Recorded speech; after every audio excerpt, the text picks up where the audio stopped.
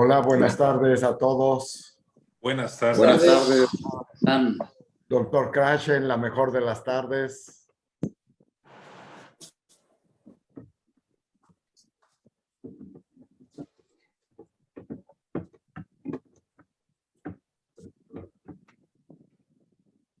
Micrófono, ¿suena bien, don César? Así es, vicerrector, suena bien. Otra vez, rector, por favor. Probado, entonces. Hola, buenas tardes. ¿Cómo me Bien. escuchas? Si podríamos bajar un poquito su cámara, rector, para que se vea un poquito la banda, si es posible.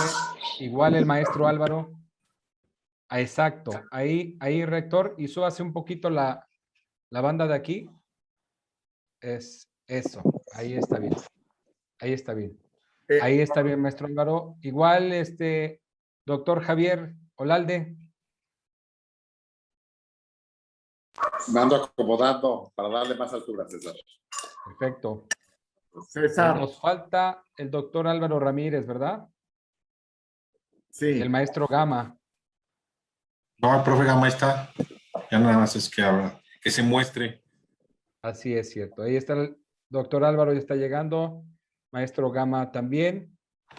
Doctor Álvaro, la maestra Gail estará por entrar.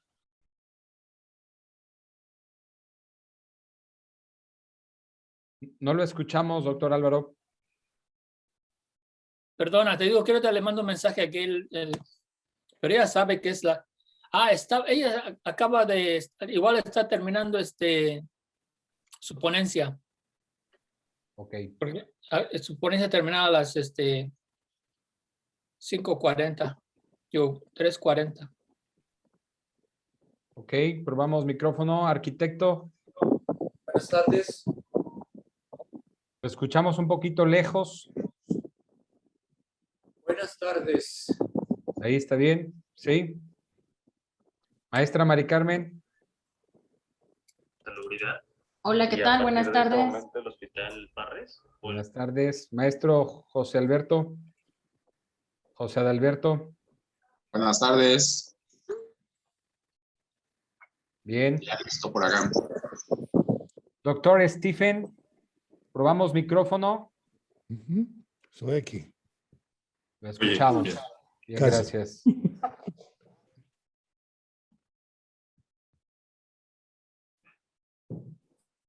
Ok, Monse, en cuanto vamos a esperar a la doctora Gail, en cuanto llegue, ya te digo para que empiece la transmisión, por favor.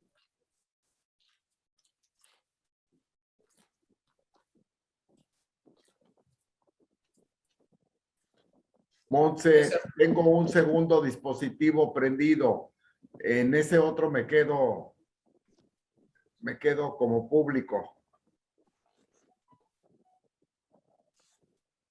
Gracias.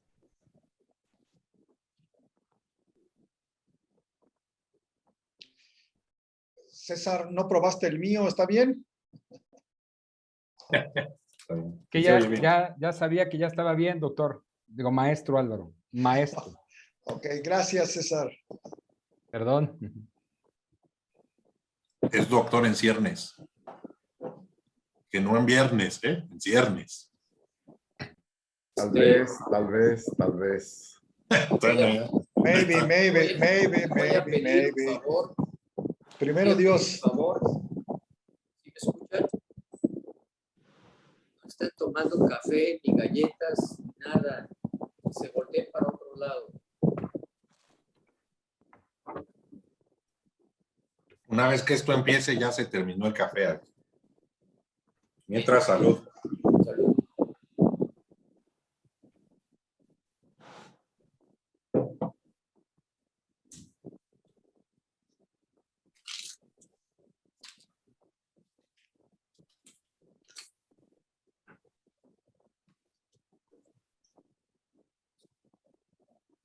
Oye, César,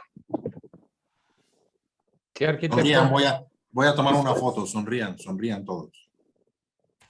Listo. mantenemos el micrófono abierto. La recomendación, arquitecto, es que estemos cerrando y abriendo. para que no nos vaya a pasar algún ruido. Vamos a quitar los guantes.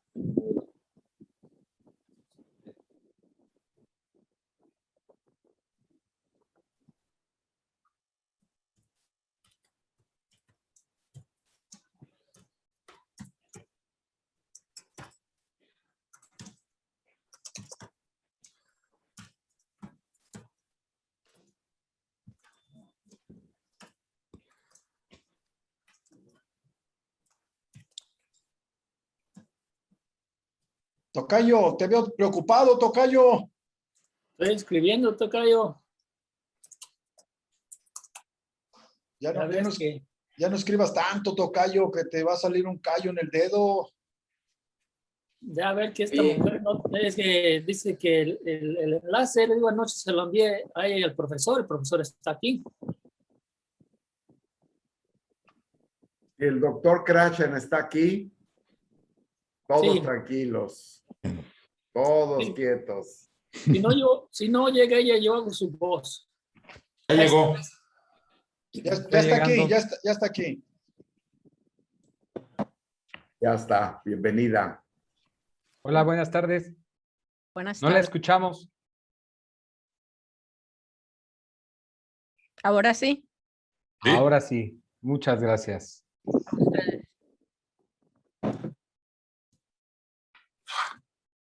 Ok, Monse, por favor, inicia la preparación de la transmisión para iniciar puntuales, por favor, y me avisas cuando estemos en vivo.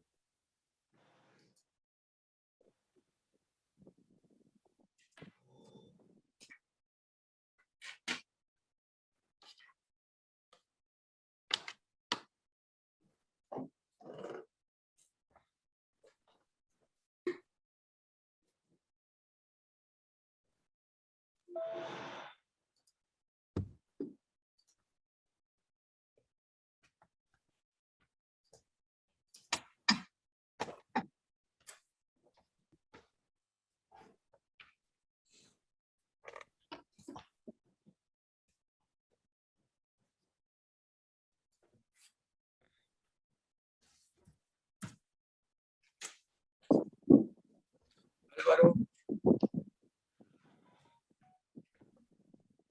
Damas y caballeros, a nombre de la Universidad Internacional, les doy la más cordial bienvenida a la ceremonia de investidura de doctor honoris causa al doctor Stephen D. Krashen. Doy la bienvenida al claustro académico de la Universidad Internacional. Cedo el micrófono al rector de la Universidad Internacional y presidente del claustro académico, doctor Francisco Javier Espinosa Romero. Acto primero. Recepción.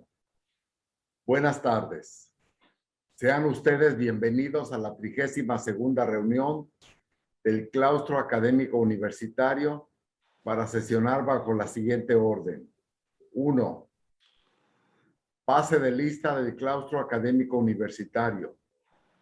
Preside el claustro, su servidor, decano presidente, Francisco Javier Espinosa Romero. Decano José Manuel Muñoz Gómez. presente su señoría. Decano Rodolfo Ricaño Uribe. Presente, su señoría. Decano Francisco Javier Espinosa Olalde. Presente, su señoría. Decano Álvaro Vergara Villanueva. Presente su señoría. Decano José Adalberto Gama Arroyo. Presente, su señoría. Decana Mari Carmen Hernández Gatica. Presente su señoría. Decana Gail Friedler Bierma. Presente su señoría. Decano Álvaro Ramírez Rivera. Presente su señoría. Estando presentes todos los miembros, declaro la apertura de la sesión y propongo como decano secretario a Rodolfo Ricaño Uribe. Si están de acuerdo los miembros del claustro académico universitario, sírvanse levantar su mano derecha. Acepto, su señoría. 2. Solicito al claustro universitario integre la comitiva de recepción para la investidura de doctor honoris causa, que debe estar integrada por un decano que fungirá como padrino del candidato, un decano de recepción, un decano testigo de la sociedad, un decano representante del patronato de la Universidad Internacional, quienes le revestirán con el traje académico, y asimismo solicito se haga la propuesta de los decanos antes mencionados. Señor decano presidente, se propone como padrino del candidato al decano Álvaro Ramírez Rivera, como decano de recepción al decano Álvaro Vergara Villanueva, como testigo de la sociedad a la decana Gail Fielder Vierna, como representante del patronato de la Universidad Internacional al decano José Manuel Muñoz Gómez. Gracias, decano secretario. Si están de acuerdo los miembros del claustro universitario, sírvanse levantar su mano derecha.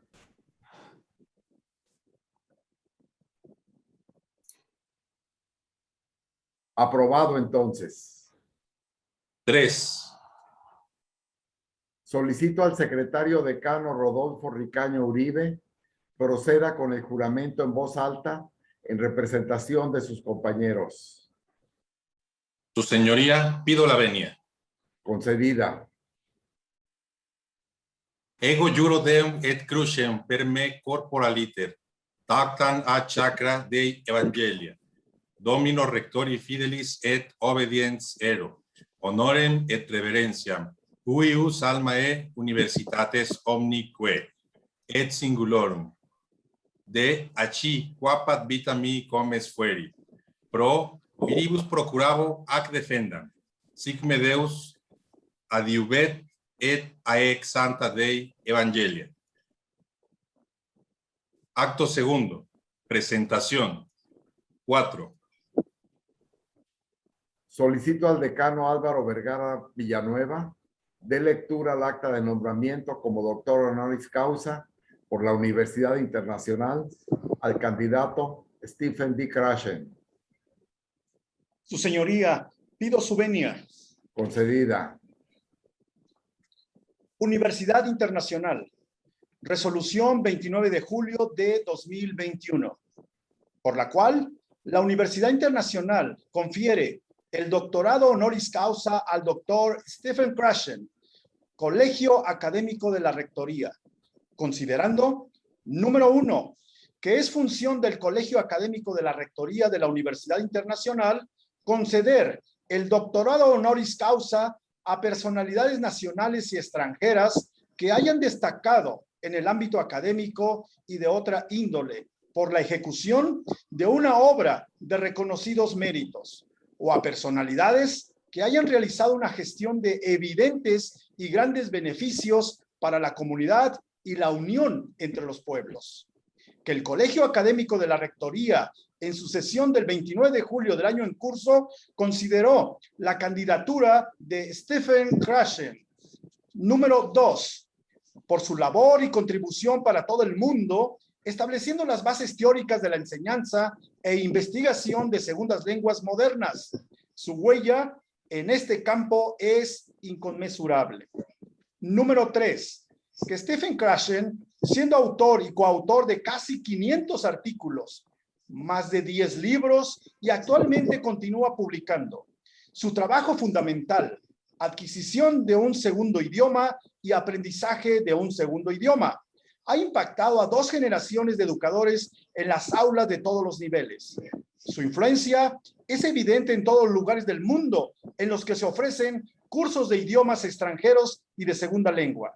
Actualmente, sigue siendo una figura relevante en su campo y continúa en su investigación sobre el papel de la lectura en su búsqueda para ayudar a los estudiantes a adquirir competencia en un segundo idioma.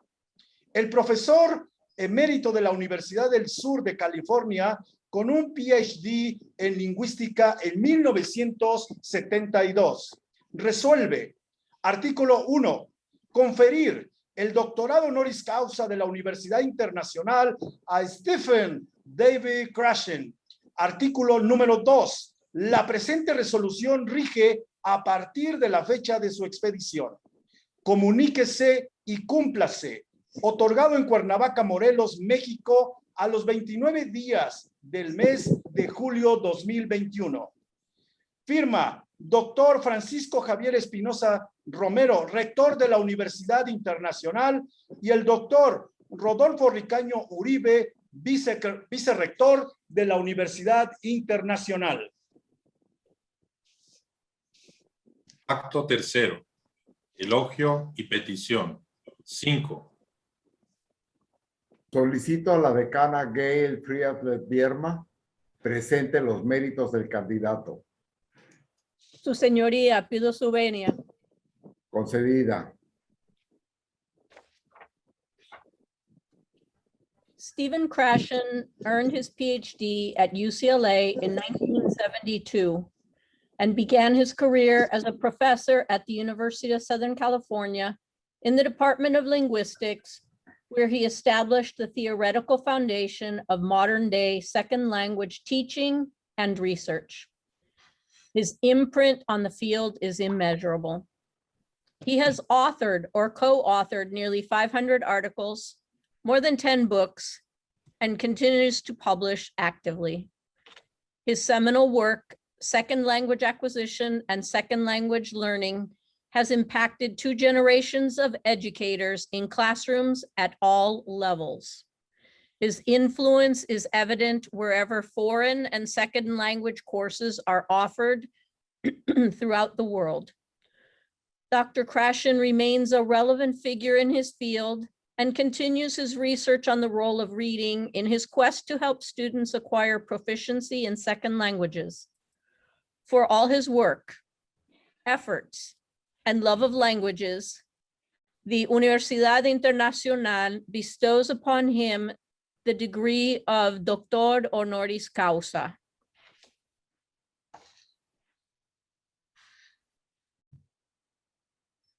Seis. Como padrino, pido el grado de doctor honoris causa para Stephen D. Krashen. ¿Están de acuerdo en otorgar el doctorado honoris causa al candidato Stephen D. Krashen? Decano José Manuel Muñoz Gómez.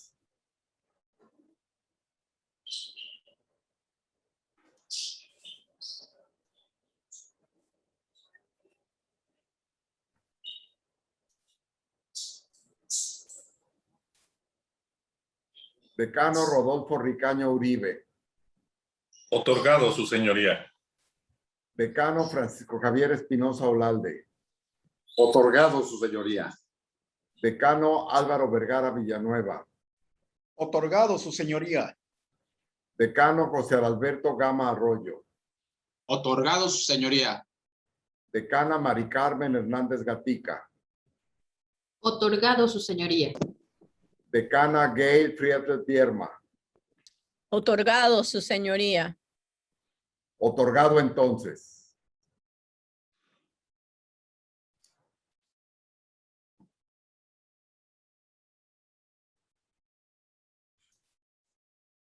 Siete.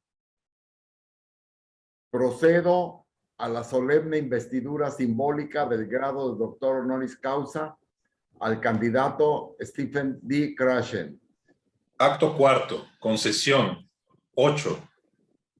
Por la facultad que me confiere el Estatuto de la Universidad Internacional, otorgo el grado de doctor honoris causa y como símbolo de tal honor le impongo este birrete.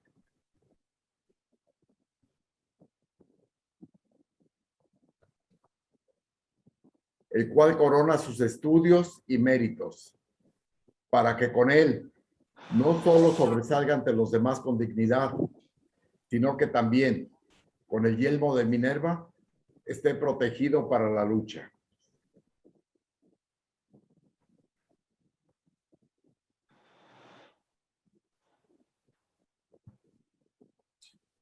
Acto quinto. Investidura. 9.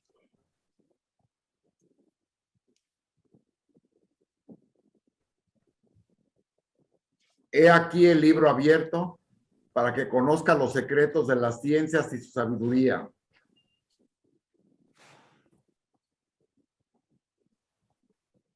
Helo aquí cerrado para que dichos secretos, según convenga, los guarde en lo profundo de su corazón.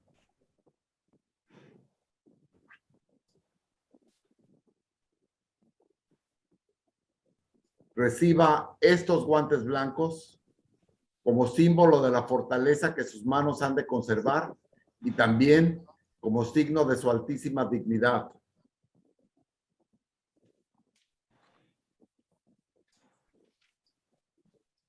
Acto sexto. Protesta. 10. A continuación, el decano José Adalberto Gama Arroyo tomará protesta al nuevo doctor. Su señoría, pido su venia. Concedida.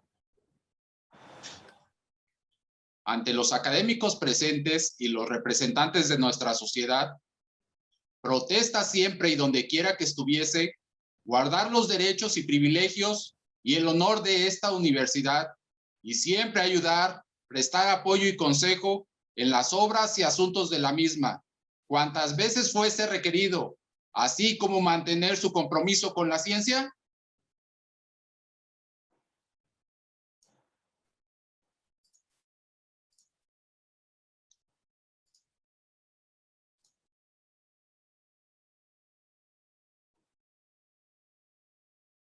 Dr. Krashen, you have to say, sí protesto. You're muted. You might. Of course. Okay, now what? Sí protesto. You have to say. Sí proceso. Sí protesto. Recibo su promesa. La Universidad Internacional es testigo y será juez si faltase a su compromiso.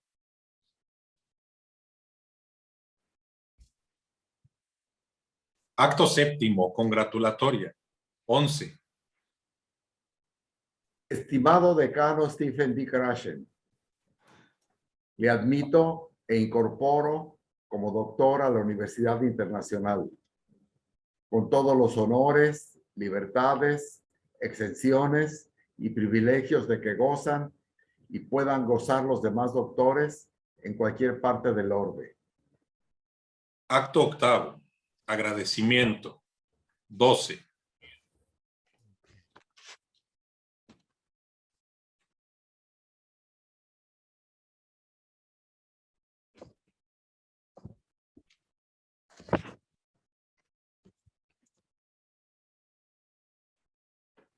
It's for me? Yeah. Okay.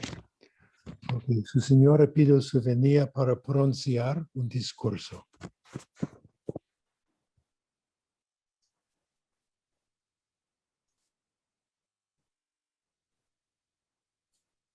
Tiene la palabra el doctor honoris causa Stephen D. Krashen, concedida. Okay. Discurso.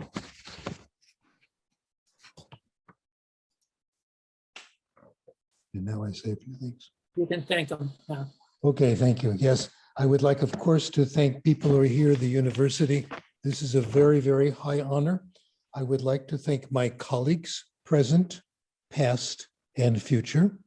And among my colleagues, of course, is Professor Gail Vierma, who I renewed my acquaintance with the other day, and we're looking forward to more and more wonderful work together. I would also like to thank a shepherd who hundreds, thousands of years ago was watching his goats in a field in Ethiopia. And he noticed something, that the goats started eating a bean on the ground, and they suddenly became very happy. They suddenly became very lively and started dancing around. That shepherd changed my life because he discovered coffee, the secret of life for me. I've had wonderful coffee in Cuernavaca, and I'm looking forward to sharing with you. I call it the secreto de éxito, okay? So thanks to all my friends, Thanks to colleagues, present, past, and future. And thanks again to the wonderful Magic Liquid. Thank you.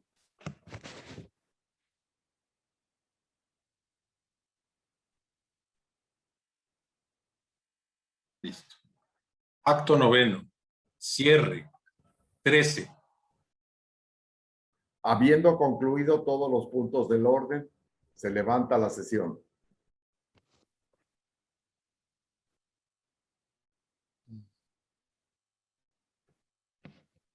En este momento queda plasmado en el libro de registro institucional de doctorados honoris causa de la Universidad Internacional. Beautiful. Agradecemos a todos los presentes por su atención y su asistencia y vamos a continuar con la conferencia magistral del doctor honoris causa Stephen David Krashen. ¿Cómo alcanzar los niveles más altos de competencia en primeras y segundas lenguas? Lectura placentera autoseleccionada. Invito al claustro académico a acompañarnos en esta magistral conferencia. Okay. Adelante, doctor Stephen.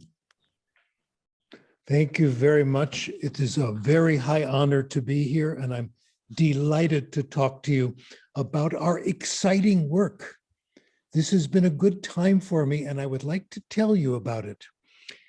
During the pandemic, I have been home. It has been the best, most productive period of my life. I've been alone in the house with my novia. What could be sweeter? My novia and I have only been married for 55 years, so it's still wonderful. I've been working every day, and the work has been, I don't think I ever want to go outside again. It's that good, okay? Stay home, drink coffee, and be with my friend, my wife, my girlfriend. It's a perfect combination. So I want to tell you about what I've been doing. I've been working with my languages. As you have noticed, my Spanish is not very good, and I've been trying to improve it. I want to tell you what I've been doing. And by telling you this, I'm going to give the entire speech in the next 5 minutes. Okay? You don't have to listen to the rest.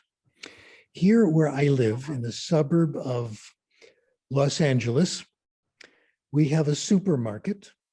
The supermarket is open to old people only every Friday morning at 6 o'clock. And I have been going there every Friday morning at 6 o'clock to do shopping with the other old people because it's less dangerous. The first day I was there, I bought my food, I had it ready to check out, I put it down, and the man who helped me, I noticed his name was Fidel. So I assumed he was from Mexico. So I spoke Spanish to him, my terrible Spanish. Of course, he answered in English. That's what you're supposed to do. And I said, Fidel, tú puedes ayudarme. Mi meta es hablar español como ustedes. Por favor, hablamos español. He loved it because he was on my side. He could help me. After that day, every Friday for the next year, I made sure I found Fidel and I brought my groceries to him. Now, I tell you, my Spanish, it's bad now, but it was worse a year ago. He has helped me enormously. We've been talking once a week, not for very long, maybe 2 minutes. My Spanish is much better. When I meet old friends and I speak Spanish to them, they say, Steve, your Spanish is so much better. What's going on? It's not from talking to Fidel, because we only have 30 seconds, 45 seconds. He has to work. He can't sit and talk to me. But I've been going home and I've been reading, which is the subject of my speech today. I have been reading what we call graded readers. I want to talk to you today about graded readers. It's going to make our lives much better. Here's one of them. It's one of my favorites. The author Adriana Ramirez sent me this one, Me Perdí en Medellín. It's a wonderful story because it is captivating. Graded readers are becoming literature. That's the point. This is a revolution in our field. I want to tell you about this book. I want to tell you the story. It's about a young man from the United States who comes to Medellin just as a tourist, but his Spanish is not very good. It's like mine. He's in his second year of Spanish, and he's going to meet a friend, but he gets lost. He finds another young man. He says to him in his poor Spanish, "Can you help me? I'm lost." The friend says, "Where are you going?" He tells him, "Come with me. I'll take you there." So they begin to walk, and they meet three young ladies, three beautiful young ladies. The story's getting interesting already. The young lady come up to his new friend. They give him hugs. They give him kisses on the cheek. They hold his hand. What's going on here? Then his new friend introduces the hero of the story. They go up to him. They hold his hand. They give him hugs too. Then, of course, they say goodbye. They go on their way. The boys talk to each other. The helper says, "You're wondering what's going on here." Two of these girls are my cousins. I have known them since I was 3 years old. The other one is a good friend of theirs. There's nothing happening. There's no romance. This is how we are in Medellin. This is our culture. It's just being friendly. The whole book is anecdote after anecdote, teaching culture in a beautiful way. All the books by this author are like that, and I'm finding other books like this. So I'm finally slowly reaching the point where I can read real Spanish, which is my goal, but it takes a lot of these. It takes 30, 40, 50, 60 of them reading for enjoyment. I have given you my lecture now. This is really my message, but I'm going to repeat it in much more boring language, okay, and be a respectable scholar. I want to review for you what we have learned over the last 45 years. L'chaim. Now, L'chaim is my second best language, okay? After that, German, French, Spanish down the list, okay? So cheers. Hebrew. Anyway, let me review for you what we've learned. The first hypothesis, some of you know about, we call acquisition learning. We think people have two ways of getting better in language. You can acquire language, you can learn it, and that's different. Acquisition is subconscious. While it's happening, you don't know it's happening. After you've acquired something, you don't know that it's there. It's represented in your mind subconsciously. This is all very mystical. The other process we call learning. Learning is what we do in school. Conscious knowledge, knowing about language. The subject and the verb are supposed to agree. This is the difference between ser and estar, and you're supposed to learn these rules, etc. We are very good at language acquisition. We are wonderful at it. We are very bad at language learning. This has been the problem of our profession. The brain is bad at language learning. We do it very poorly. The next hypothesis we call the natural order hypothesis, and this kept us very busy in the 1970s and 1980s. We discovered that some rules are acquired very early, first language and second. Some are acquired in the middle, some are acquired late. In English, the progressive, John is playing the violin, that's early. The third person singular, you all know this if you've taught English, is very late. There could be a long time between the two. Now, the third person singular seems very easy, but it's very, very late. We'll come back to that. This kept us very busy, and I had this great idea in 1981. I thought this was going to make me famous, help people. Turned out I was wrong. I had this idea. Tell us the natural order, and we'll teach along the natural order. We'll teach the present progressive early. We'll teach the third person singular late. It turns out I was completely wrong. The natural order is not the teaching syllabus. We'll come to that later in a moment. Now let's talk about grammar. Well, people have said some things about me that aren't true, and I want to make corrections. They've said things like, Krashen says, never teach grammar. Grammar is evil. Grammar is wrong. Teach grammar, go to jail. Well, no, that's not my opinion. It's okay to teach a little grammar sometimes. My real opinion is it's very hard to teach grammar. It's hard to understand it. It's hard to learn it. It's hard to think of the rules and hard to apply it. So the natural order hypothesis, as you see, does not mean go from simple to complex, and it's not the syllabus. Here's the problem with grammar. We can only use grammar when some conditions have been met, and these conditions are very hard to meet. 3 conditions, they are necessary.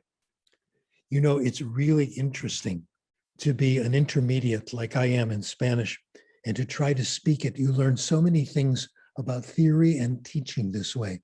So this is also agrees with my experiences. First of all, you can't learn the rules. You can't learn all the rules. There are too many. They are too complicated, and we don't even know them. If you ask the greatest linguist in the world, now you know who he is, it's Noam Chomsky. He's the #1 linguist of all time. He tells you he doesn't know all the rules. His students, his colleagues don't know all the rules. We haven't discovered them yet. How can we teach it if we don't even know them? Even the best language teachers don't know all the rules, the ones who love grammar the most. The best students don't understand the rules when we explain them. They don't remember the rules. So we're talking about a tiny, tiny part of the language. Another thing, let's say you've learned the rules. That's not enough. You've got to be thinking about the rules when you're speaking.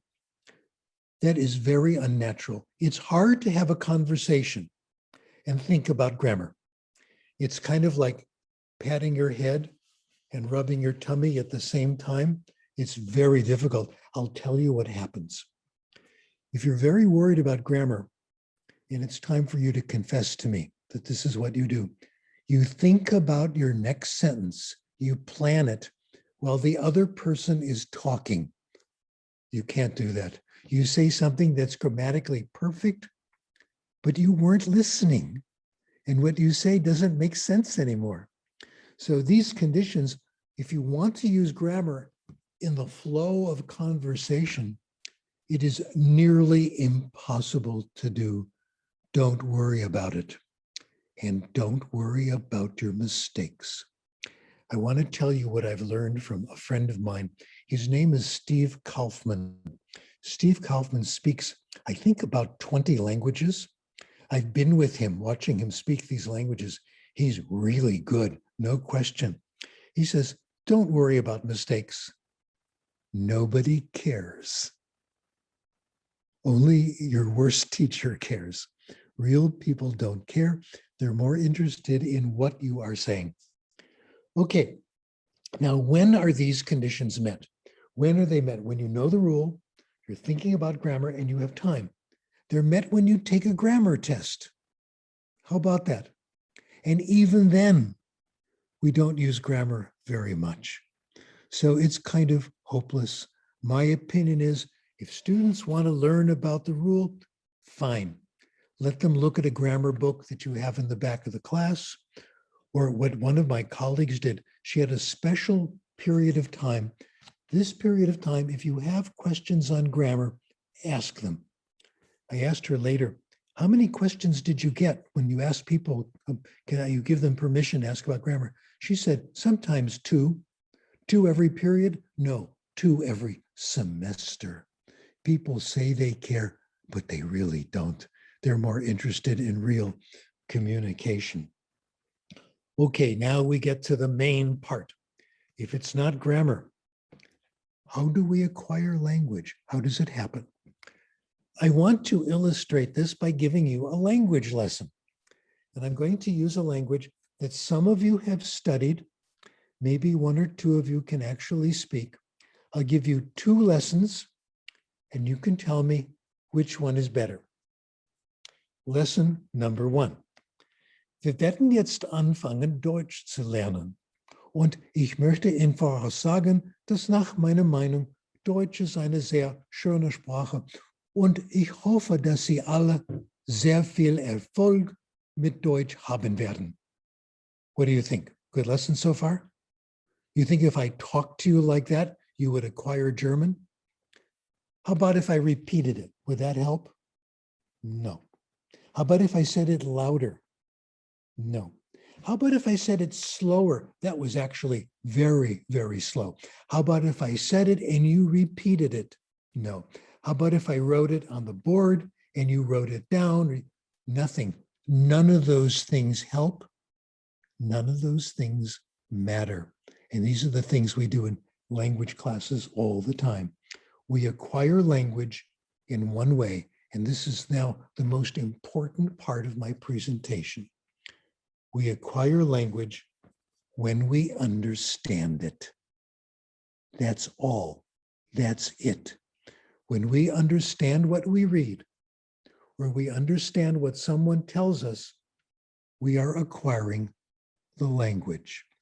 Here's language lesson number 2. Das, you have to look at me. Das ist mein Kopf. Kopf. Verstehen Sie das? Kopf, ja? Ist gut, ja. Hier sind meine Ohren. Ohren. Verstehen Sie das? Ohren, ja? Ich habe 2 Ohren. 1, 2. Und hier sind meine Augen. Augen. Ich habe 2 Augen. 1, 2. Und hier sind meine Zigaretten. Ja, ich habe eine Zigarette. Ich habe keine Zigaretten. Zigaretten sind nicht gut. If you understood what I just said, even a little bit, you acquired a little bit of German. Let me tell you what's amazing about this. You acquired a little bit of German. 2 facts that I think are astonishing.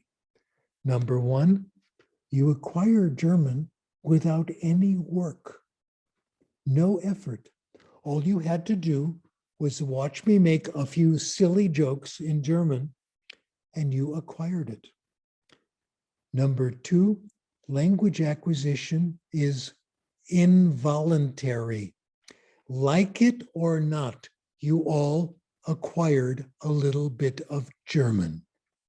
That is fantastic, in my opinion. No effort, folks. Now, a colleague of mine, name is Leonard Newmark. Leonard, I'll tell you what he said, and then an interesting story, I think. Leonard Newmark said, if we want people to acquire language in our classes, what we tell them has to be interesting. Amazing. I want to push this even farther. Not only interesting, I think it has to be very interesting. The word I like is compelling. Compelling means so interesting you forget that it's in another language. I want all of our classes, beginning, intermediate, to be interesting. Now, I want to tell you about Leonard Newmark, a little coincidence. He is a professor, or was, at the University of California at San Diego.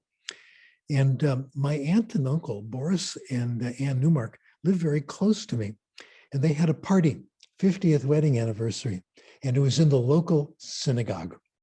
So, of course, my wife and I and our kids, we went to the party. I walk in the door. Who's there? Leonard Newmark. This man with a similar idea as mine. I quoted him all the time. We respected each other. He said, Steve, what are you doing here? I said, Leonard, what are you doing here? He said, it's the 50th anniversary of my aunt and uncle. I said, no, it's the 50th anniversary of my aunt and uncle. We share an aunt and an uncle. My Aunt Anne married his Uncle Boris. So that's very mystical, right? A lot of coincidences. So the message is, it's got to be extremely interesting. We acquire by input, not by output. The ability to speak a language or write a language is the result of getting comprehensible input. That's why my speaking to Fidel didn't count very much or at all. What he said to me helped a little bit, but I really made progress from these books. That's where it happened, from the input. The ability to speak and to write is the result of getting comprehensible input. Having people speak more, making your students speak more will not help their speaking. Having them write more will not help their writing. My Spanish has problems, I know that. I need more input. I need more listening and speaking, okay? That's the moral of the story. I've also found out that forcing people to speak before they're ready is very painful. I wrote a paper about this called Down with Forced Speech. Forced speech means making people talk before they're ready. I got the idea from my daughter. My daughter is now 51 years old. Can you imagine? Oh my, she's wonderful. And at the time of the story, she was 5 years old, and she was going to play with the child of a neighbor. The neighbor had a daughter, also 5 years old. So I brought my daughter, Deborah, to their house, and the two girls started to play. And I was supposed to come back in 1 hour to pick her up and bring both girls to my house. Very nice. Now, I have to tell you in advance, I knew these children very well, and I knew the mother very well. We were close family friends, okay? So the mom went into the kitchen and said, before I leave, I have to take a pill. She went running into the kitchen, got a glass of water, took the pill. We're good friends, so I could ask her. I said, what was that? Valium, anti-anxiety medication. So again, we were good friends. I said, why are you taking Valium? She was on her way to Santa Monica Community College taking Spanish class. It's my Spanish class. It makes me so nervous. The expression she used, it freaks me out. So I was still the researcher then. And I said, why does Spanish class make you so nervous? When the teacher calls on me, or I have to give a report in class. I immediately went home, looked at the research, and I found everybody was saying this. One of my colleagues wrote a paper in his beginning French class. He did a survey. Speaking was the highest anxiety-provoking activity. Another person said the highest source of anxiety is having to speak before you're ready. Forced speech is the problem. I want to give you some other data that supports this. An anthropologist named Sorensen did some wonderful research in the Valpes River in Brazil and Colombia near the border. In this small area, 10,000 people lived. Now that's not a lot of people. If you go to a football game and there's only 10,000 people watching, that's not a lot, okay? This group had a very interesting rule. You could not marry anybody who spoke your language. They thought people like us were disgusting, okay? My wife, when I met her, she was an English speaker, of course, so they would have found that unacceptable, okay? So the children in this group were always acquiring languages. The child would acquire mommy's language and daddy's language.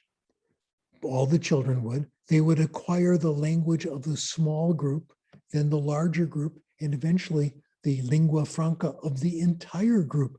So they were doing language acquisition their whole lives all the time. Professor Soritz knew this was a good research opportunity. And he interviewed them. How do they do it? They were very good at it. All of them spoke many languages, and they were constantly adding languages their entire lives. How did they do it? Beautiful. He said they don't practice speaking a language they don't know well. They don't practice speaking. Wonderful. They may make an occasional attempt to speak a new language, but it doesn't come easily. They will not force it. They let it just emerge. To acquire a new language fluently, 1 to 2 years, and I have seen this number over and over again when we talk about natural acquisition. When I was a student studying how to be an English teacher, we all read the work of a man named Eugene Nida. Some of you have heard of him, a wonderful thinker. And in one of his books, published in 1957, okay, he says he did a study visiting, he was in Africa, and he visited and talked to a number of Africans who spoke many languages. And they acquired them by going to neighboring countries, neighboring areas, and interacting with the people, working with them side by side in their jobs, etc. Here's the best thing. Instead of trying hard to learn the language, they seemed to just take it for granted. After listening to the language long enough, they could find that they could hear it. That means they could understand it. Steve Kaufman says the exact same thing. And he didn't get it from Eugene Nida. He got it from his own experience. His advice, assume that you were born to acquire language, that it will come. It's going to happen. Take it for granted that you will succeed. That is powerful, ladies and gentlemen. It's wonderful. And do what these people did. Just listen. Before you know it, you will hear what other people are saying. So the input has to be interesting, it has to be compelling, and there has to be, of course, a lot of it. Another point before I give you the application. Language acquisition is gradual.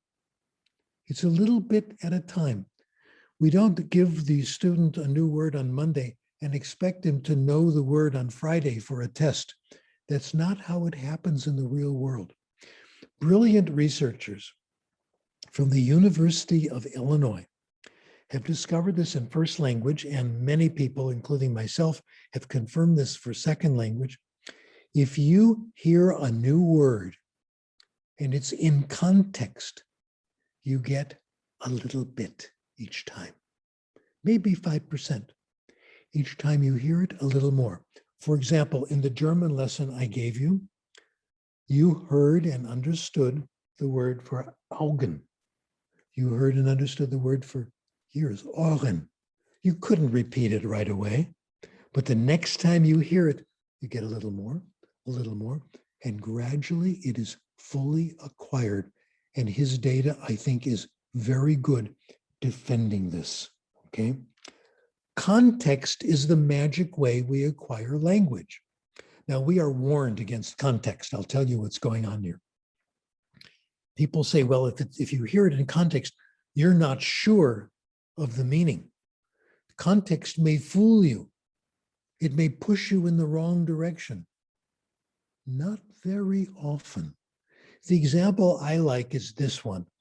Let's say the target word is finger, and the student sees a picture of a man, you can see me, right? Holding up his hand and a finger. Now, you don't know if this means over there.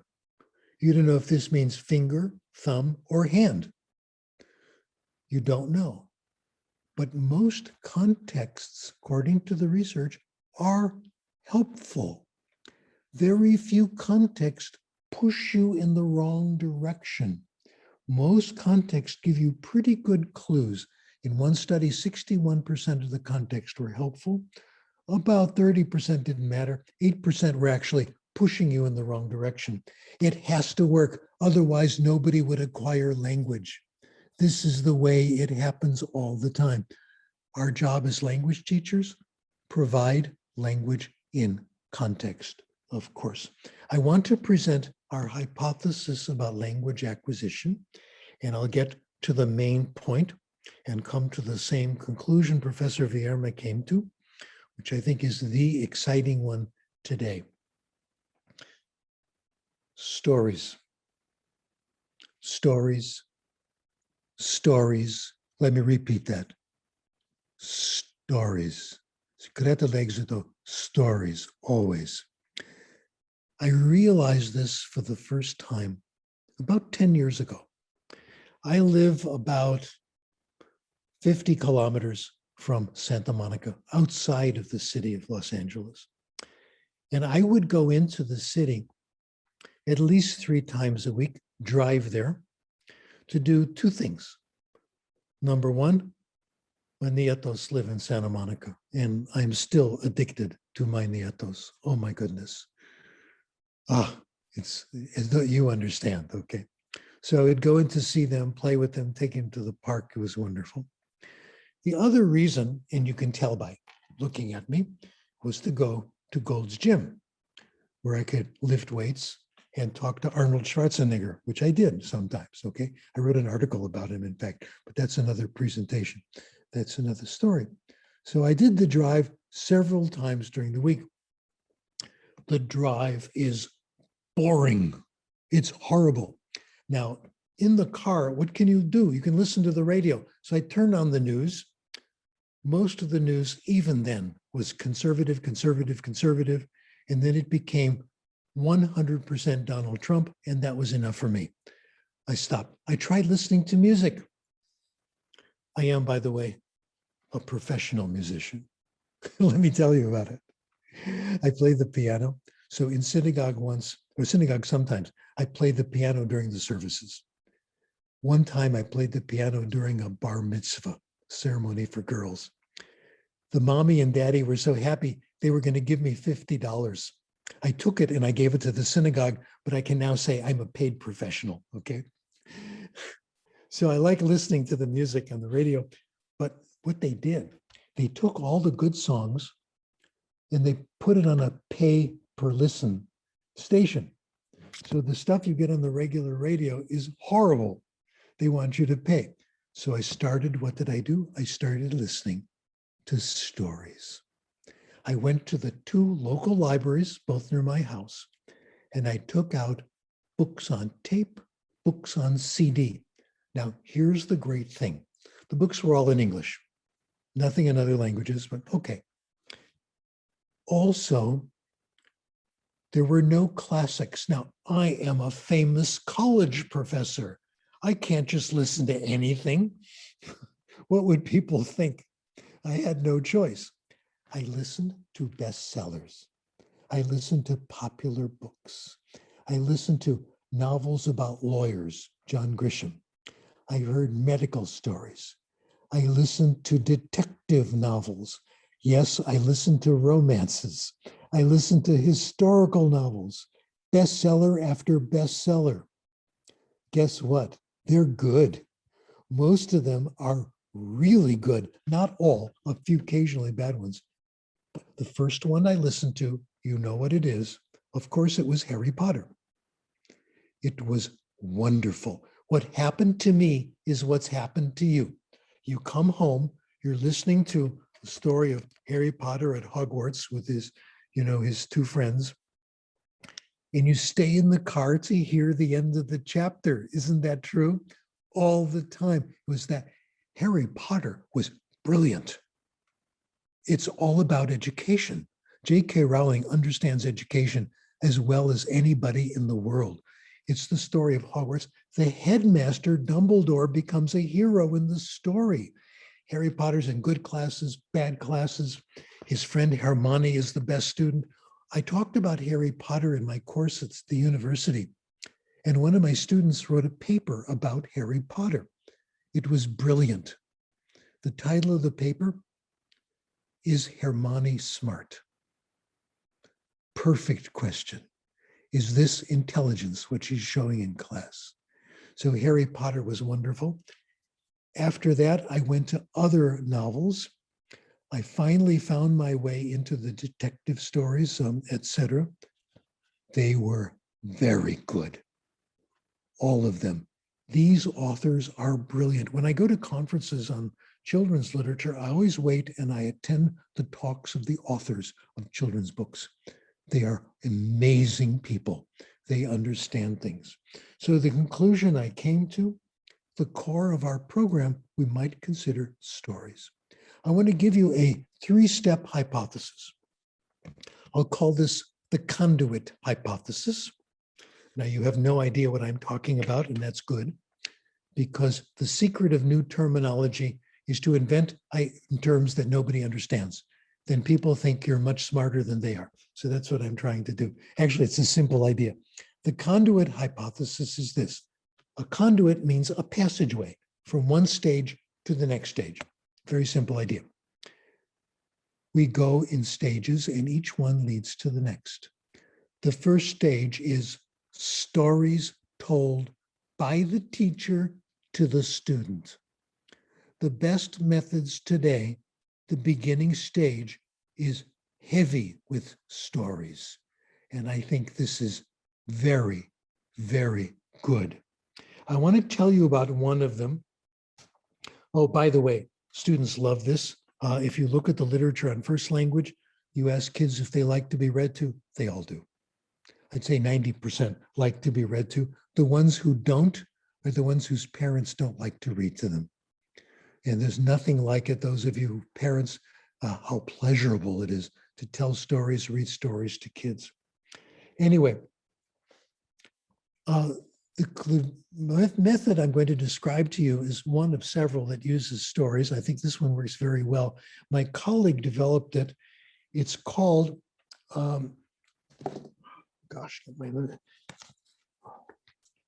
it's called story listening, invented by Beniko Mason from Japan.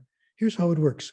She selects stories from books stories that she says have stood the test of time, known stories that we all know to be good, so the students are going to like them. She likes to select from Grimm's fairy tales. And you know it's going to be interesting, it's going to be a winner, but you can select your own. Things that you like, has to be something you like. The teacher prepares the story depending on the level of the student. You find the words, she finds the words that she knows the students may have trouble with, where the context may not be enough. She draws a picture. She prepares to draw a picture. She occasionally, she does this in Japan, the university there, she'll give a quick translation in Japanese, a quick word, but mostly it's the context that does it. We have done a few experiments with this. She's done one kind of experiment where she'll tell a story where there are words in it she knows the students don't know, and she's helped them out. Then 10 days later, she'll give them a test to see how much they've retained. She compares that to another treatment where she does the same thing and she gives them extra vocabulary instruction, traditional instruction. Draw a line from the word to the definition, write 3 sentences with every word. Guess what? The story is much more efficient. You acquire more words per minute from stories, far more than doing vocabulary drills. So we tell our students, our teachers now, don't do vocabulary exercises. Tell another story. Well, teachers get worried. They say, well, what if the words don't come back? Guess what? They'll come back. They always do. People are worried, well, we have to emphasize the frequent words. Let me tell you a secret. Frequent words are frequent. That's why we call them frequent words. They're going to come back because they're frequent. If the word doesn't come back, you probably didn't need it anyway, and you'll get it much, much later, if at all. So this is a perfect method. Students take these classes not one semester, 2 or 3 semesters. They don't read one story. They read 10, 20, they hear 10, 20, 30, 40, 50, 100, 200 stories. Then it works. then you're going to get an effect. So the first semester, we hear stories. That's the beginning method. This moves you along to stage 2.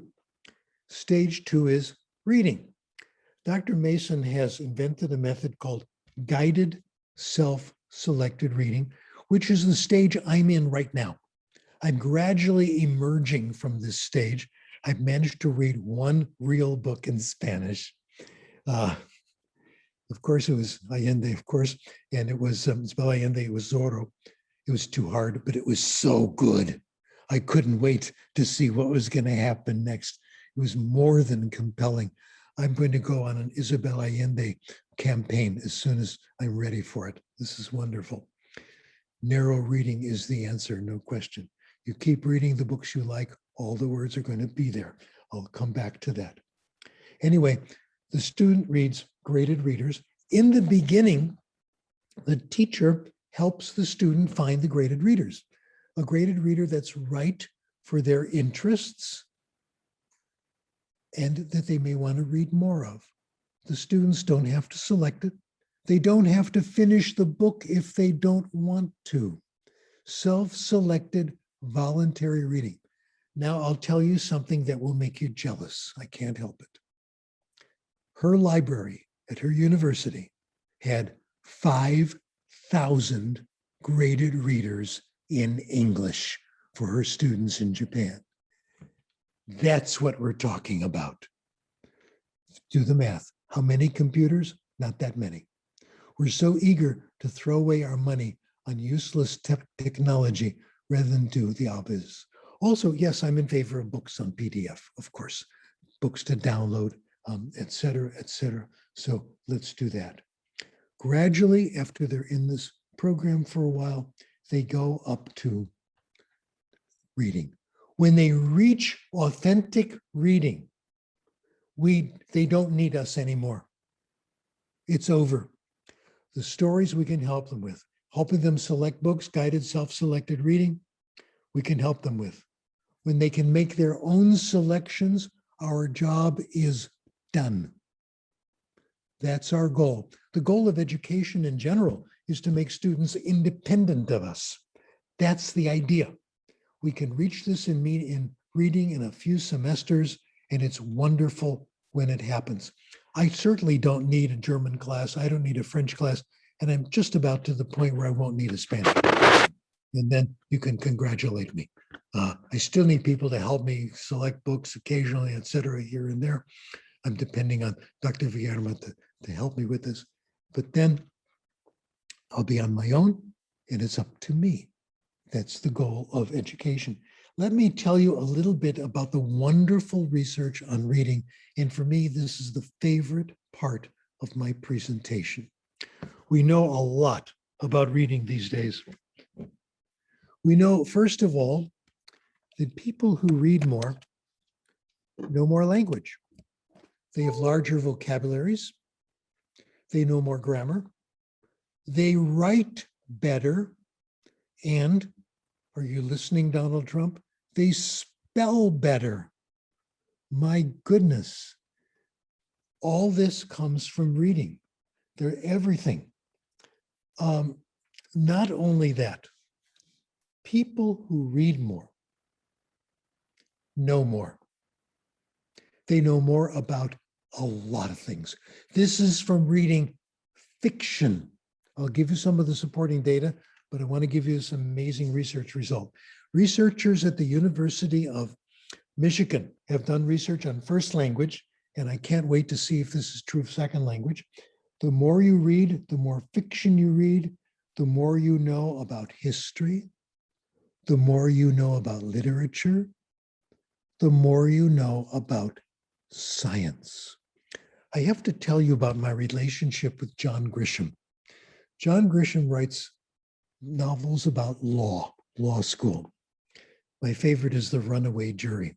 Then there's The Firm, other books like this. I have a very close relationship with one of my cousins. My cousin Evelyn, who lives in the Chicago area. Evelyn just turned 94 years old. And when she was young, she was the older cousin who was always very nice to me. She and her husband, Marty, She's also my mother's best friend. Okay. So I feel very close to Evelyn. We still talk on the phone every so often. She said to me, you know, Stephen, what I'm going to do now, my cousin, my late husband, Marty, knew a lot about the law, and that really helped us out. I'm going to find out about the law. I'm going to go to the school and community college, and I'm going to take a class on law. And I said, Evelyn, don't do that. Try this. Read novels by John Grisham. I sent her novels, which are all tax deductible now because I'm telling you about this. So it's really cheap to do it.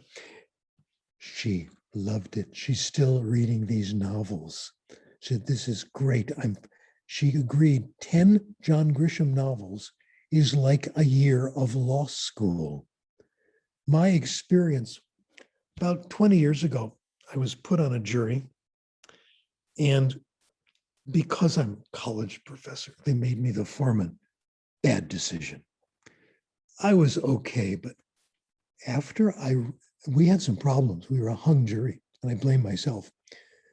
After that, not too long ago, I read The Runaway Jury by John Grisham. If I had read that book 20 years ago, that jury would not have been hung. They would have come to the right decision because I didn't know what to do when a problem came up. I knew what to do after reading that book. These books give you real knowledge. Fiction is magic. There's more about fiction I have to tell you. The recent research on fiction says that fiction will give you desirable habits of mind. People who read fiction gain in empathy. Isn't that interesting? They understand other people better. Here is a Los Angeles radio journalist who said this. She said, if you read a lot, you have experiences, so many experiences with other people. You walk in their shoes. You go through the same experiences they do, and you get a far better understanding of the human race. You meet far more people in novels than you do in real life. Also, if you read more, you realize that the world is complicated. This is what the research says. Simple solutions don't work. You figure that out from reading novels, not from real life.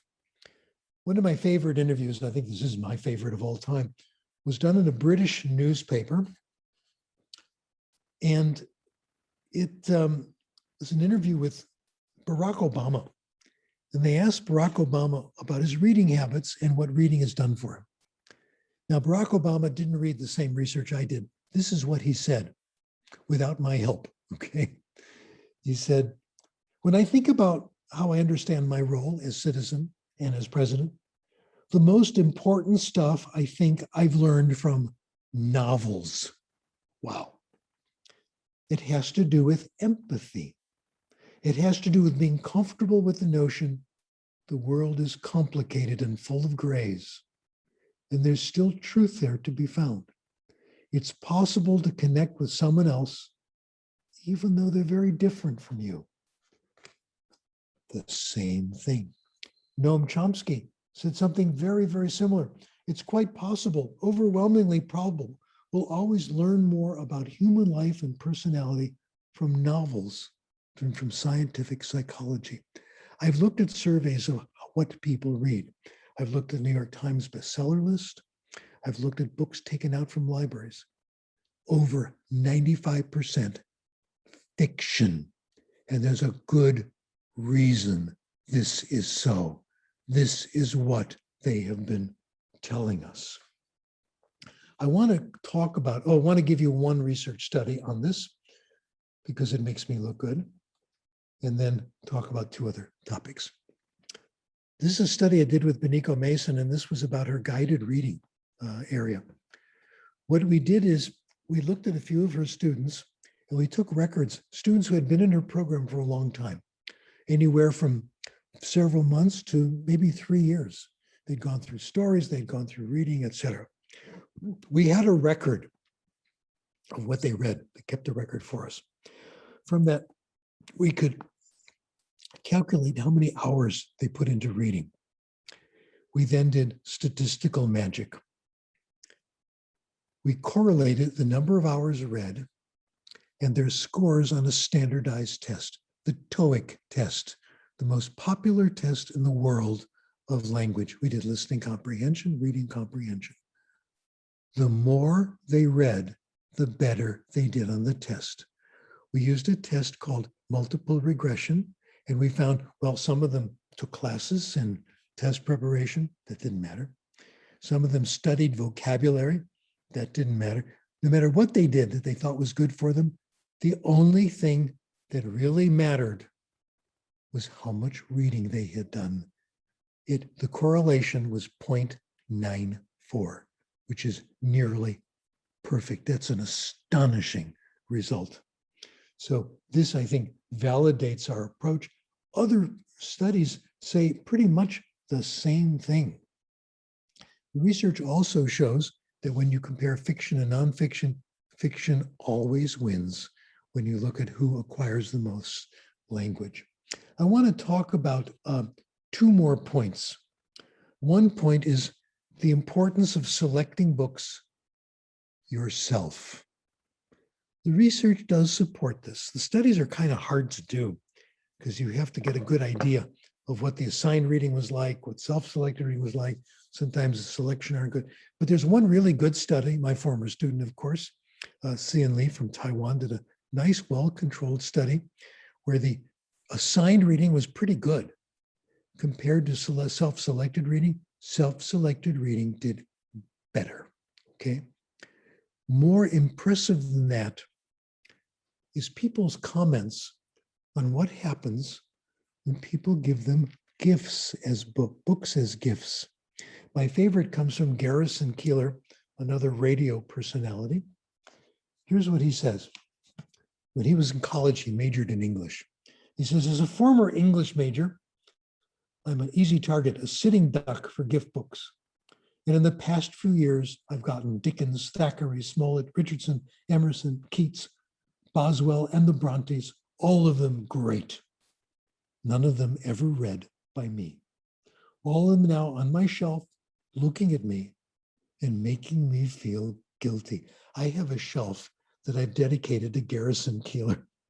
I have all these books, some of them written by friends of mine, and I fear the day when they'll say, oh, Steve, how did you like that book I gave you? Oh, no. Okay. So gift books are assigned reading. That's the problem. I want to give you the story of what happened to me in high school, secondary school. Of course, I went to high school in the United States, and in high school, there's certain courses you must take. You must take literature classes. 1 year is English literature. The next year is British literature. So I read all the novels that were assigned, all of them classics. I took tests on them. I passed the tests. I don't remember a single novel that I read for class. Not one. There must have been Shakespeare there. I don't remember. The novels I read on my own, I remember every single one of them. I read mostly science fiction and baseball stories. I must tell you about baseball. I assume some of you speak baseball fairly well. I can tell you a little bit about it. When I was 12 years old, I read my first book about baseball, written by a man named John Artunis. It was called The Kid from Tompkinsville. One reviewer talked about it and said, it is the boy's book of Job. It's about success and failure and failure and failure and coming back again and again. I read it when I was 12. I read it again when I was college age. I stayed at my cousin's house and her son had a copy. I reread it. I read it again when I was a Peace Corps volunteer in my 20s. I was in Ethiopia. I found this bookstore that had the book. I read it again. And I read it again a few months ago. My doctor is at Kaiser Medical Center. He retired about 6 months ago. And I ran into him. He said, you know, I'd like to keep meeting with you. We have a lot of mutual interests. Let's do coffee. That's the ultimate, the second ultimate compliment. The first one is getting an honorary doctorate. The second one is when your doctor wants to hang out with you. So his name is Seymour. We switched to first names. Seymour and I met for a whole year before the pandemic. Now we meet on Zoom. We reread all of John R. Tunis, all of them, and discussed them at a coffee shop about twice a month. We're planning to start doing this again on Zoom once I figure out how to set it up, etc. The books are wonderful. Now, you understand a little baseball? Is that true? Let me give you an example. This book is not just about success and failure. In one of the novels called The Keystone Kid, the new manager of this baseball team is giving a lecture to his players. The manager's only 25 years old. They don't respect him. But he says these wonderful things. He says, if you're the catcher and the hitter hits the ball, runs to first base, run behind him. You don't know. The person throwing the ball to first base may throw it wild. He may not catch it. You have to be there to catch the ball. 1,000 times they won't need you. But that one time, you must be there. This is be impeccable in your life. Do everything perfectly. Nobody's going to notice, but that's what you're supposed to do. I have thought of that example so many times. So these so-called light novels are fascinating. Another area I would like to recommend to you, which I've started looking at in Spanish, comic books. You know about comic books? I have the reputation, you should know how wonderful I am. If you don't know, I'm going to tell you. My reputation is I am considered the world's greatest expert, the #1 expert on comic book research. The reason this is true is that I'm the only comic book researcher. So I'm, of course, #1, okay? And I've been reading comics for years, and we've published studies on comics. We know that people who read comic books read more in general. If you bring comics in the library and let them sit there, children want to read them, they'll read more comics, they'll take more books out. Comics are wonderful. They're also literature. Today's comic books are changing. It's no longer the old Superman. It's no longer Dick and Jane and silly stories. It's now literature. The person who changed the world is a man named Stan Lee, who started the Marvel comic book company. The major person, Spider-Man. I must tell you a little bit about Spider-Man. Spider-Man has become probably the most important figure in American literature. Spider-Man has problems. I'll tell you about them. Well, as you know, Spider-Man got his superpowers by being bitten by a radioactive spider, and that gave him the ability to climb walls and, you know, and jump big heights and all this stuff and super strength. In this comic book, which is Peter Parker, the Spectacular Spider-Man, issue 102, 1985, he sees an accident. A young lady is hurt. She's badly hurt, and he goes to the hospital with her. He goes in his real life persona as Peter Parker. She's been badly hurt. She needs a kidney transplant, and she needs it right away, or she's going to die. He goes looking for a close relative. He discovers she has a twin brother. Not as close as you'd like. If they were identical, it'd be better, but good enough. He finds the twin brother. He finds him on the roof of a building. Now remember, this is a story for kids, not for adults, and it works. He finds him on the roof. He climbs Spider-Man on the roof. He calls him out. He says, Donnie.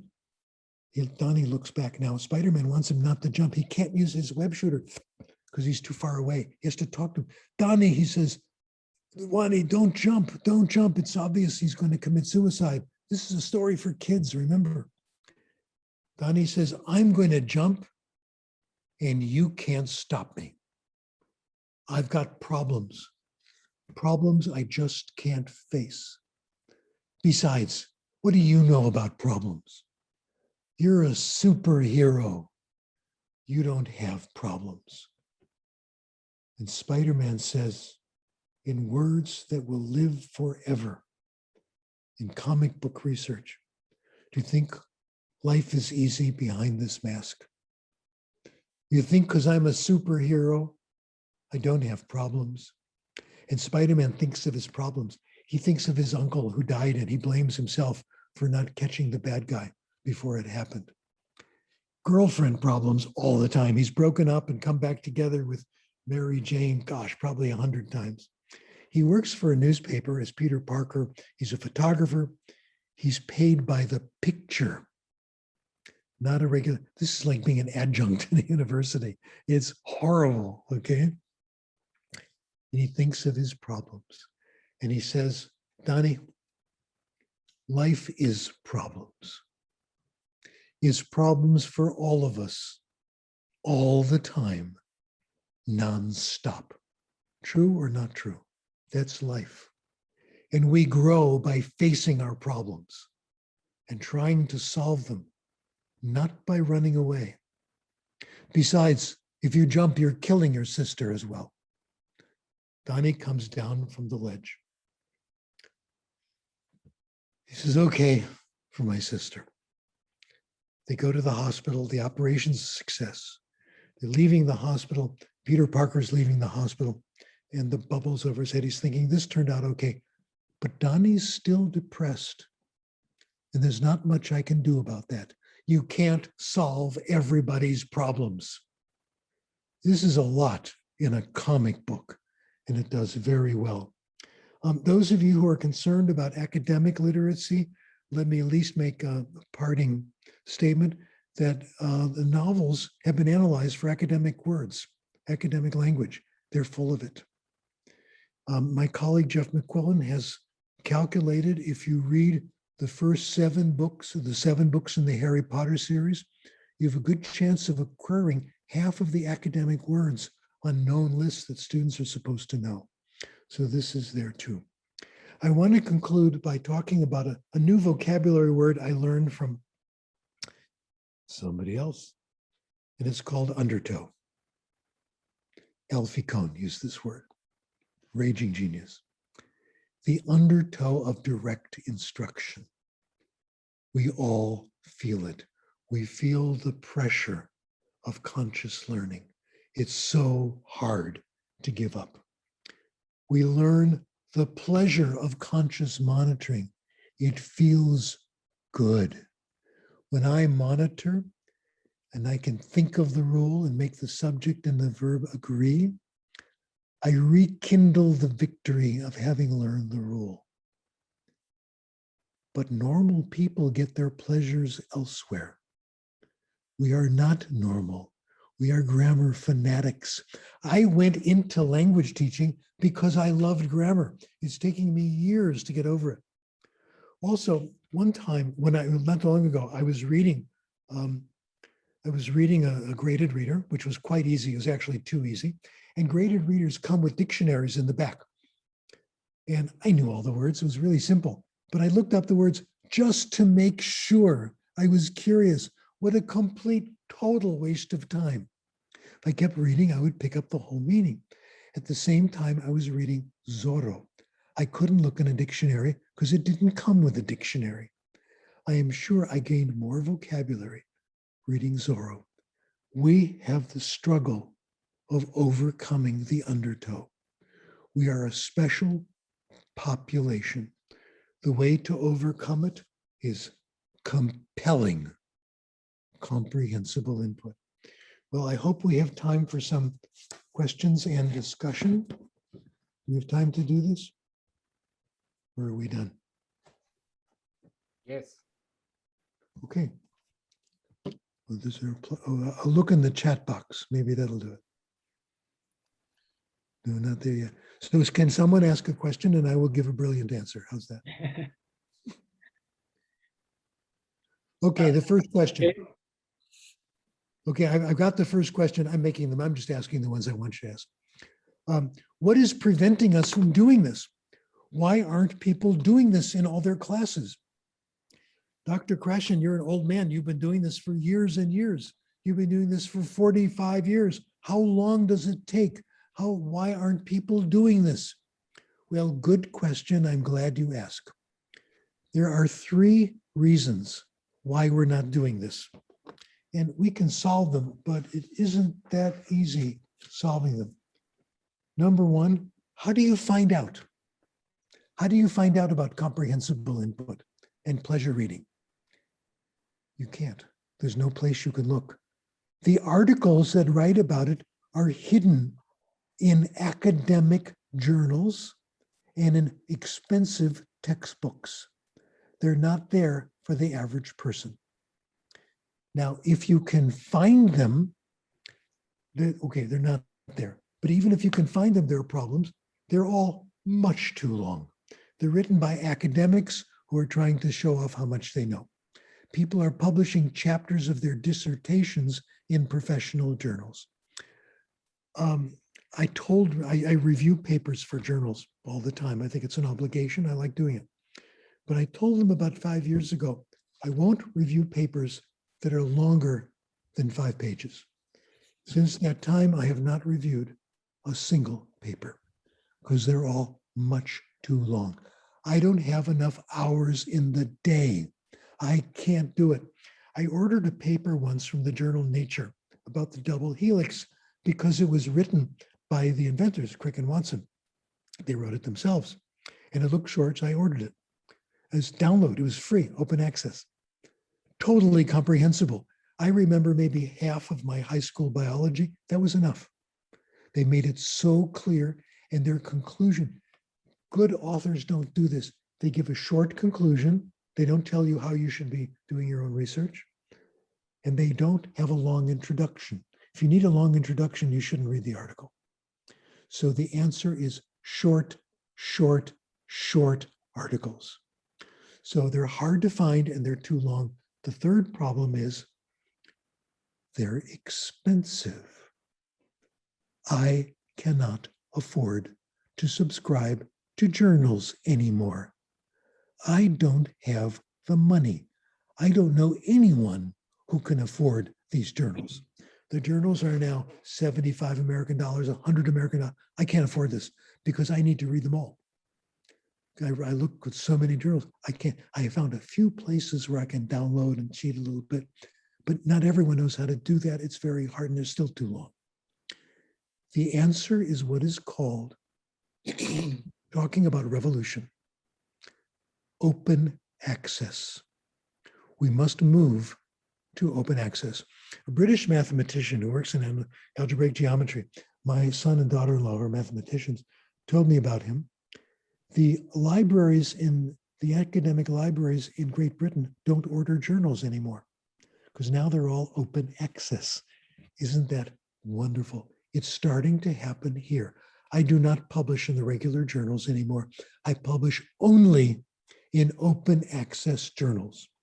I announce the new publications on Twitter, and I'm trying to put them together on a website. I advertise them on Twitter, and I'm working toward making my articles all very easy to find. Jeff McQuillan does this. Benico Mason does this. My colleagues do this, and we will change the world. I think this is the only way. Otherwise, our profession is dead. We cannot continue like this. I cannot be a scholar under the current conditions. I would have to retire tomorrow because I can't read current research. I can't afford it. So I depend largely on open access and occasionally getting a captive, a hidden article somewhere, but I don't want to do that. The only solution, captive open access. The good example too is the vaccine that everybody is using now, the coronavirus vaccine. This is working in the United States because it's free. The government has understood that we have to pay attention to the common good, for the good of everybody.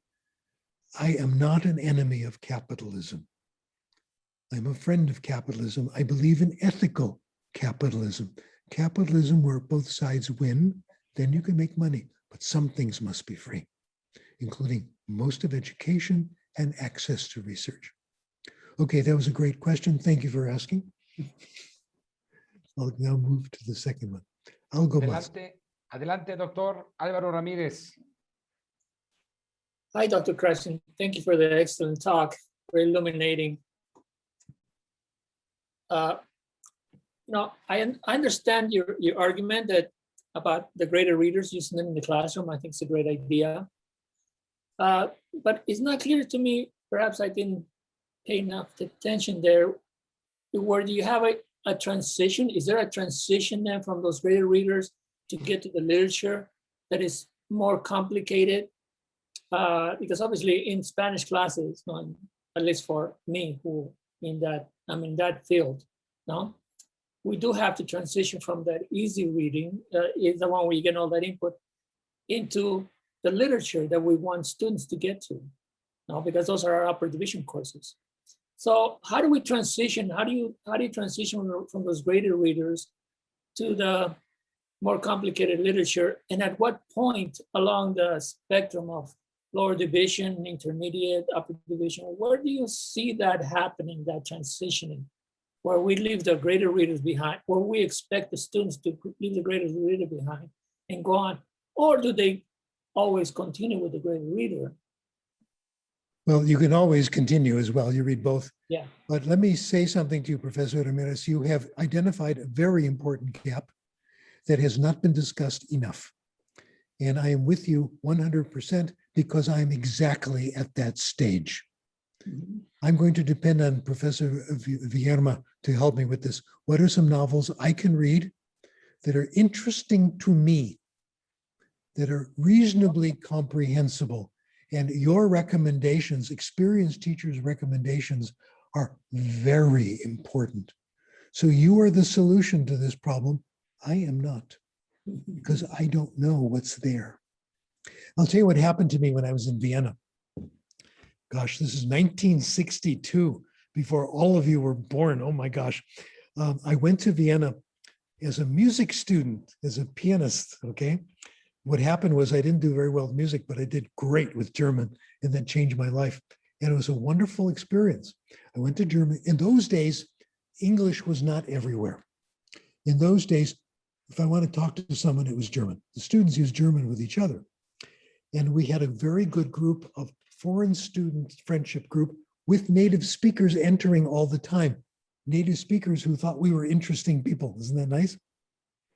And who liked us. And we told each other what exactly the answer to your question. They said, you want to start with a good reader that's real German?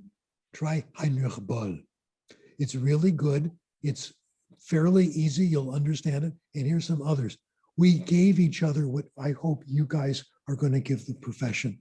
Recommendations of comprehensible, authentic readers that will bring you to the next step in your path. Thank you for asking the question and allowing me to ask for everybody's help in this. It's a real gap, right? You have reduced suffering. Good. Thanks. We have another question. Gail. Thank you. Steve, yes, of course, you can look for recommendations. There will be no spiders involved and there will be no cartoons. But yes, I will. Absolutely. And your remark about all of us finding the answer for you takes me to when I was a graduate student and called you in 1980, and you took the call and you smacked me down with the same answer that I was to find the answer in my teaching practice. So 40 years later, it's the same story. 40 years later. So ladies and gentlemen, Gail was only 7 years old when this happened. Yeah, I was a child prodigy. Yes.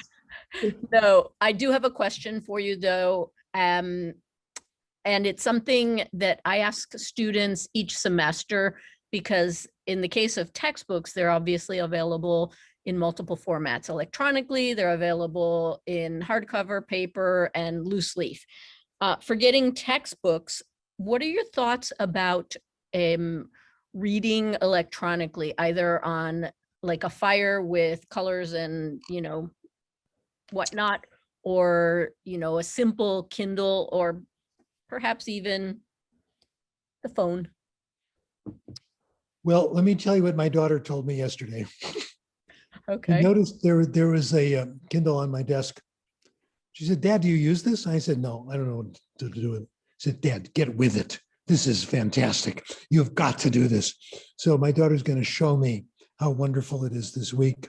I am just an old, rigid thinking guy. You're absolutely right. We've got to try it out and see if we like it.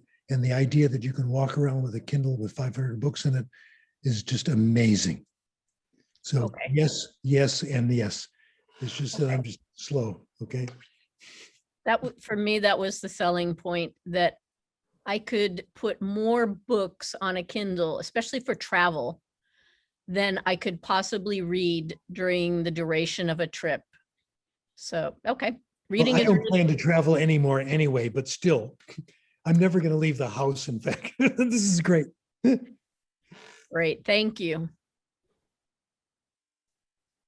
Good. We're making progress today. This is great questions. Good. Muchas gracias al doctorado honoris causa Stephen David Krashen por esta interesante conferencia.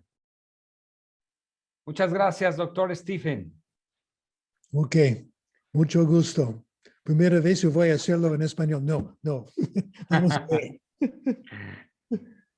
Muchas gracias. Muchas gracias al claustro académico de la Universidad Internacional. Una vez. Yes. Gracias a todos por su asistencia al primer día de este Congreso Internacional Latinoamérica, y los esperamos el día de mañana, viernes 30 de julio, a las 9 de la mañana, hora Pacífico, y a las 11 de la mañana, hora Centro. Muchas gracias a todos por su asistencia y muy buenas noches aquí en Cuernavaca, Morelos, México. Okay. Dr. Thank you very Krashen, much, Stephen. it's my pleasure to invite you to study Spanish with us anytime that is possible for you.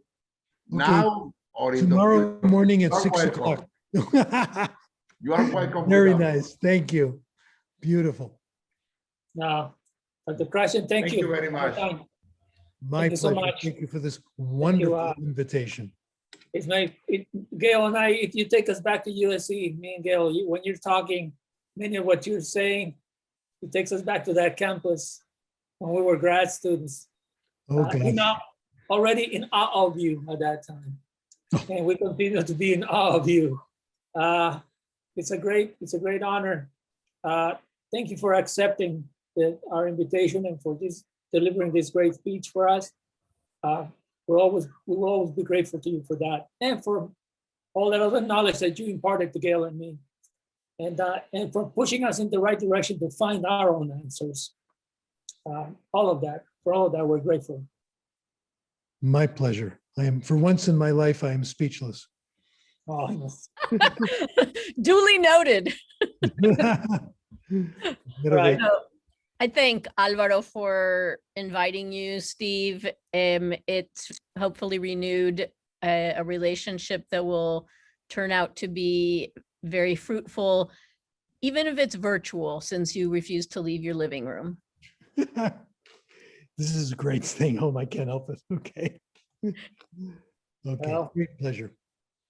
Well, next time we'll see you in Taper Hall. Taper Hall. Next time we'll see you in Taper Hall, USD. Okay. All right, Dr. Krashen, have a really good good afternoon, and thank you again. Thank you so much, everybody. Okay. Adios. Nos vemos, amigos.